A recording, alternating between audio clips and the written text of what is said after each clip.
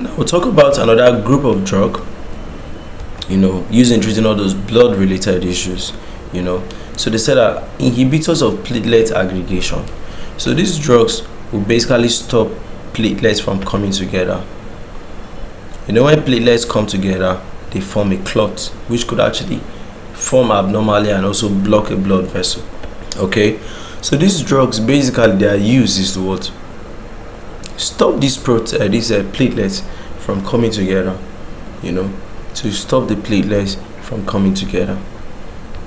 So let's look at some of them. So we have inhibitors of platelet aggregation. So we have all those cyclooxygenase inhibitors, like the aspirin, also known as what? Acetylsalicylic acid. They basically inhibit an enzyme known as a cyclooxygenase 1.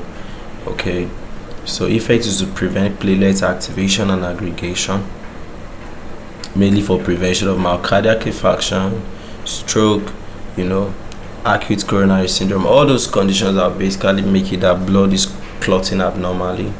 So the side effect is you could actually stop clotting, but could actually tilt you into bleeding. You understand? Then we have the ADP receptor inhibitors, drugs like the Clopidogrel, Prasugrel. We have the Ticagrelor, so they block these receptors on platelets, so it will now prevent the adenosine diphosphate mediated activation of what? Glycoprotein complex. So to stop platelets from coming together. Okay, then we have other drugs that inhibit the glycoprotein IIb and 3a. So drugs like the Abciximab, Abciximab.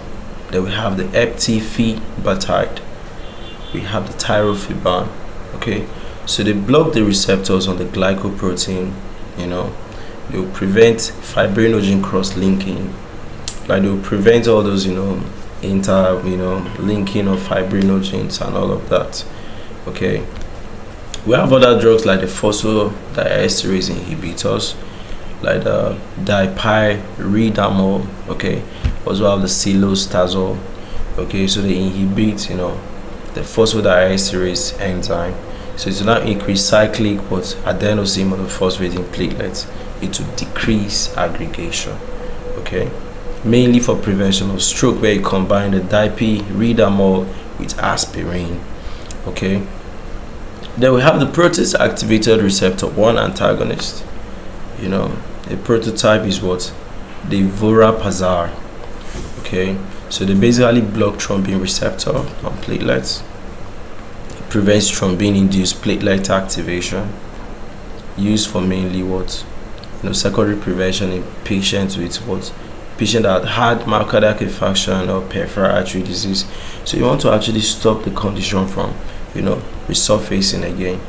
So this is it for different drugs that will basically stop platelet aggregation. More of like an introduction.